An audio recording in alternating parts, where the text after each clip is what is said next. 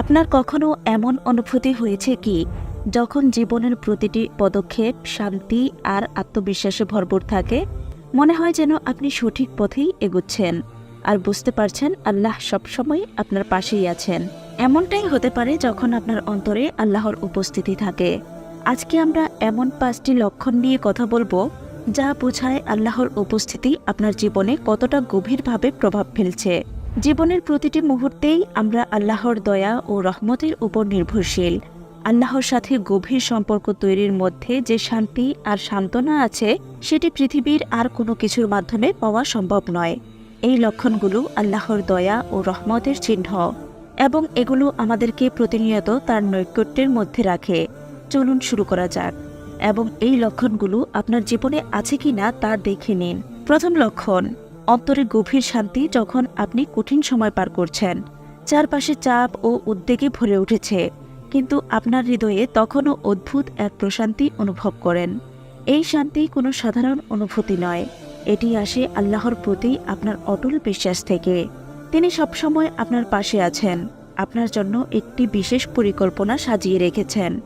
আল্লাহ পবিত্র কোরআনে বলেন, নিশ্চয়ই আল্লাহর স্মরণেই হৃদয়ে শান্তি আসে। যখন আল্লাহর উপর এই বিশ্বাস আপনার হৃদয়ে থাকে, তখনই আপনি সত্যিকার অর্থেই সান্ত্বনা পান। আপনার মনে হয় যে কোনো সমস্যা যত বড়ই হোক না কেন, তা আল্লাহর অনুমতি ছাড়া আপনাকে স্পর্শ করতে পারবে না। এই প্রসঙ্গে আমরা হজরত ইব্রাহিম আলাইহিসসালামের কাহিনী থেকে এক বড় শিক্ষা পাই। আল্লাহ তাকে আদেশ করেছিলেন তার প্রিয় সন্তান ইসমাইল আলাইহিসসালামকে কুরবানি দিতে।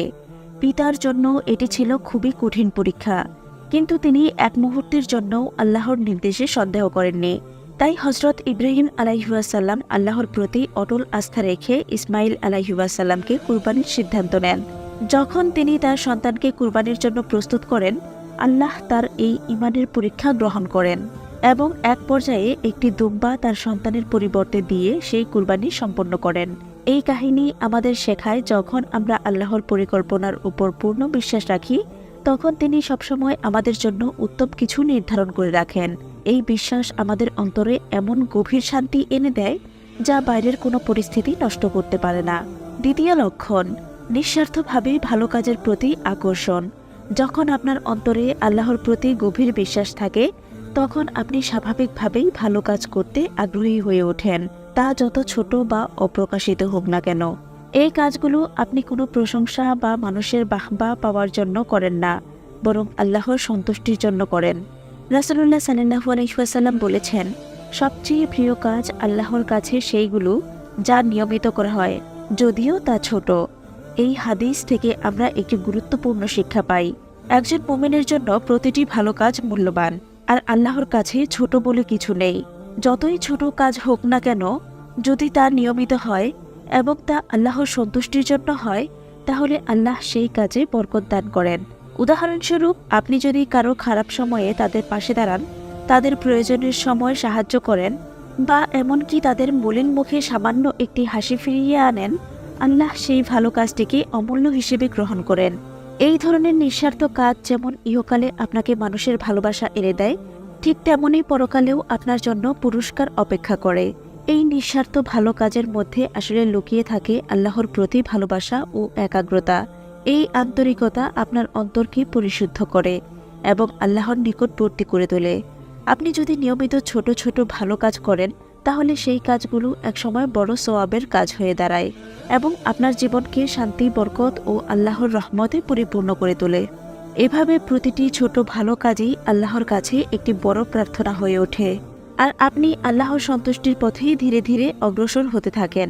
তৃতীয় লক্ষণ, পাপের পর অনুশোচনা এবং আল্লাহর কাছে ক্ষমা প্রার্থনা করা। যখন আপনার হৃদয়ে আল্লাহর উপস্থিতি থাকে, তখন পাপের পরে মন গভীরভাবে অনুশোচনায় ভরাক্রান্ত হয়ে পড়ে। এটি শুধু সামান্য একটি দুঃখ নয়, বরং একটি অন্তর্দাহ, একটি ব্যথা যা আপনাকে আল্লাহর কাছে দ্রুত ক্ষমা প্রার্থনা করতে তাগিদ দেয়। একটি সুন্দর উদাহরণ হলো হজরত আদম আলাইহিসসালাম ও হাওয়া আলাইহিসসালামের ঘটনা। আল্লাহ তাদেরকে জান্নাতে থাকার অনুমতি দিয়েছিলেন এবং বিশেষ একটি গাছ থেকে দূরে থাকতে বলেছিলেন, কিন্তু শয়তানের প্ররোচনায় তারা ভুল করে সেই গাছের কাছাকাছি চলে যায় এবং সেই গাছের ফল তারা খায়। এই পাপের পর তাদের হৃদয়ে গভীর অনুশোচনা জন্মে এবং আল্লাহর কাছে তড়িৎ ক্ষমা প্রার্থনা করেন। তারা বলেন, হে আমাদের প্রভু, আমরা নিজেদের উপর অত্যাচার করেছি। যদি আমাদের ক্ষমা না করেন এবং দয়া না করেন তাহলে আমরা নিঃসন্দেহে ক্ষতিগ্রস্তদের অন্তর্ভুক্ত হয়ে যাব। তারপর আল্লাহ তাদের এই আন্তরিক দোয়া কবুল করেন এবং তাদের ক্ষমা করে দেন। আল্লাহ কুরআনে বলেন, হে আমার বান্দারা, যারা নিজেদের উপর অত্যাচার করো, তোমরা আল্লাহর রহমত থেকে নিরাশ হইও না। নিশ্চয়ই আল্লাহ সমস্ত গুনাহ মাফ করেন। এই আয়াতের মাধ্যমে আল্লাহ আমাদের জন্য রহমতের দরজা সবসময় খোলা রেখেছেন।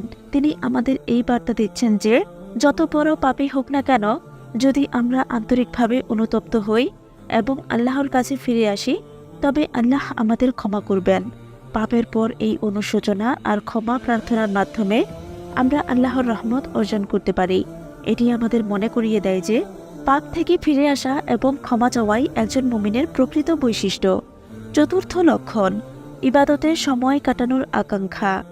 যখন আপনার অন্তরে আল্লাহর প্রতি ভালোবাসা এবং উপস্থিতির অনুভূতি প্রবল হয়, তখন ইবাদত আর কেবল একটি দায়িত্বের মতো মনে হয় না, বরং এটি হয়ে ওঠে এমন এক গভীর প্রশান্তির মাধ্যম যা আপনাকে আল্লাহর সান্নিধ্যে নিয়ে যায়। নামাজ, কোরআন তেলাওয়াত, দোয়া এবং আল্লাহর স্মরণ সবকিছুই যেন এক অন্যরকম তৃপ্তি এনে দেয়। যখন আল্লাহর নৈকট্য অনুভব করা যায়, তখন নামাজ আর শুধু দৈনন্দিন কাজ নয়, বরং এক আত্মার আহ্বান। এটা যেন আমাদের হৃদয়ে এক প্রশান্তির আবেশ বইয়ে আনে। মনে রাখুন, আমাদের প্রিয় নবী হযরত মুহাম্মদ সাল্লাল্লাহু আলাইহি ওয়াসাল্লাম নিজেও তাহাজ্জুদ নামাজে গভীর রাতে আল্লাহর সামনে দাঁড়াতেন, আল্লাহর কাছে তার কৃতজ্ঞতা প্রকাশ করতেন। সেই নামাজ ছিল তার কাছে এক শান্তির আশ্রয়। আল্লাহর ভালোবাসার কাছে সমর্পিত হবার যে অনুভূতি তিনি পেতেন, তা আমাদের জন্য এক উদাহরণ। এটাই ছিল তার অন্তরের আরাম। আল্লাহর উপস্থিতি অনুভব করলে ইবাদতের প্রতি আমাদের মনেও গভীর আকাঙ্ক্ষা জন্মায়। তখন ইবাদত আর শুধু একটি দায়িত্ব মনে হয় না, বরং এক ধরনের আত্মিক শান্তি ও আনন্দে পরিণত হয়। আল্লাহর সান্নিধ্যে থাকলে আমাদের মন ও হৃদয় প্রশান্তিতে ভরে যায়। তখন ইবাদত শুধু কর্তব্য পালনের বিষয় থাকে না, বরং আমাদের অন্তরের এক তৃষ্ণা মেটানোর উপায় হয়ে দাঁড়ায়। আল্লাহর সাথে এই সম্পর্ক গড়ে তুলতে পারলে আমাদের জীবনেও প্রশান্তি নেমে আসতে বাধ্য। পঞ্চম লক্ষণ, কঠিন পরিস্থিতিতে আল্লাহর দিক নির্দেশনা পাওয়া। কঠিন সময়ে আল্লাহর দিক নির্দেশনা পাওয়া এটি আল্লাহর সাথে একটি বিশেষ লক্ষণ। জীবনের এমন মুহূর্ত আসে যখন আমরা খুবই বিপদের মধ্যে থাকি, কোনো উপায় খুঁজে পাই না। ঠিক তখনই আল্লাহ যেন আমাদের সামনে সঠিক পথ খুলে দেন। এই আলো আমাদের অন্ধকারে পথ দেখায়। মনে হয় যেন আল্লাহ নিজেই আমাদের হাত ধরে চালাচ্ছেন। সাহাবীদের জীবন থেকে আমরা এমন অনেক উদাহরণ পাই। এমন একটি উদাহরণ হলো হযরত খাব্বার ইবনে আরাত রাদিয়াল্লাহু তাআলা আনহুর জীবনে। তিনি ইসলাম গ্রহণের পর মক্কায় অনেক কষ্ট সহ্য করেছিলেন। কাফেররা তাকে নানা ধরনের অত্যাচার করত। তাকে ধোয়া ওঠা আগুনের উপর শুইয়ে রাখা হতো, আর তার পিঠ পুড়ে গিয়ে চামড়া উঠে যেত। এত কষ্টের মধ্যেও তিনি আল্লাহর সাহায্যের আশা রাখতেন। একবার তিনি এই নির্যাতনের ব্যাপারে রাসূলুল্লাহ সাল্লাল্লাহু আলাইহি ওয়াসাল্লামের কাছে অভিযোগ করেন। তখন রাসূলুল্লাহ সাল্লাল্লাহু আলাইহি ওয়াসাল্লাম তাকে ধৈর্য ধরতে বললেন এবং আশ্বস্ত করেন যে আল্লাহ একদিন তাদের মুক্তি দেবেন। এরপর মক্কায় মুসলিমদের অত্যাচারের সীমা ছাড়িয়ে গেলে আল্লাহর নির্দেশে নবীজি সাল্লাল্লাহু আলাইহি ওয়াসাল্লাম ও সাহাবীরা মদিনায় হিজরত করেন। হিজরতের পর ইসলাম দ্রুত শক্তিশালী হয়ে ওঠে এবং সাহাবীদের মুক্তির পথ প্রসারিত হয়। খাব্বাব রাদিয়াল্লাহু তাআলা আনহু সহ অনেক সাহাবী তখন মক্কার অত্যাচার থেকে রক্ষা পান এবং স্বাধীনভাবে ইসলাম প্রচার করতে পারেন। আল্লাহ বলেন, আল্লাহ আসমান ও জমিনের আলো। এই আলোই আমাদের জীবনকে আলোকিত করে। বিশেষ করে যখন আমরা সবচেয়ে অন্ধকার সময়ের মধ্যেও আল্লাহর প্রতি বিশ্বাস স্থাপন করি, তখন আল্লাহ আমাদের সঠিক পথে চলার শক্তি দেন। জীবনের প্রতিটি পদক্ষেপে আল্লাহর উপস্থিতি আমাদের জন্য অনেক বড় নিয়ামত। অন্তরের শান্তি, ভালো কাজের প্রতি ভালোবাসা, পাপের জন্য অনুশোচনা, ইবাদতে মন বসানো আর কঠিন সময়ে আল্লাহর দিক নির্দেশনা পাওয়া, এসব লক্ষণগুলো আল্লাহর কাছাকাছি থাকার আলামত। যদি আপনার ভেতরেও এসব অনুভূতি থাকে, তাহলে আল্লাহর কাছে শুকরিয়া আদায় করুন, কারণ তিনি আপনাকে সঠিক পথে রাখছেন। এই অনুভূতিগুলো আমাদের জীবনকে শান্তি আর তৃপ্তিতে পূর্ণ করে তোলে। তাই প্রতিদিন আল্লাহর সাথে সম্পর্ক আরও দৃঢ় করার চেষ্টা করুন এবং জীবনের প্রতিটি পদক্ষেপে আল্লাহর উপর ভরসা রাখুন। ধন্যবাদ জানাচ্ছি সবাইকে এই ভিডিওটি দেখার জন্য। আল্লাহর রহমতে আমাদের অন্তর আলোকিত হোক। প্রিয় ভাই ও বোনেরা, আপনি যদি আমাদের চ্যানেলে নতুন দর্শক হয়ে থাকেন তাহলে অবশ্যই এখনই আমাদের চ্যানেলটি সাবস্ক্রাইব করে আমাদের সাথেই থাকবেন। ভিডিওটি আপনার পরিবার, আত্মীয়স্বজন, বন্ধুবান্ধবের সাথে শেয়ার করে দিতে পারেন। আপনার সুস্থতা কামনা করে আজকের ভিডিওটি এখানেই শেষ করছি। ভালো থাকবেন সবাই। আসসালামু আলাইকুম ওয়া রাহমাতুল্লাহ।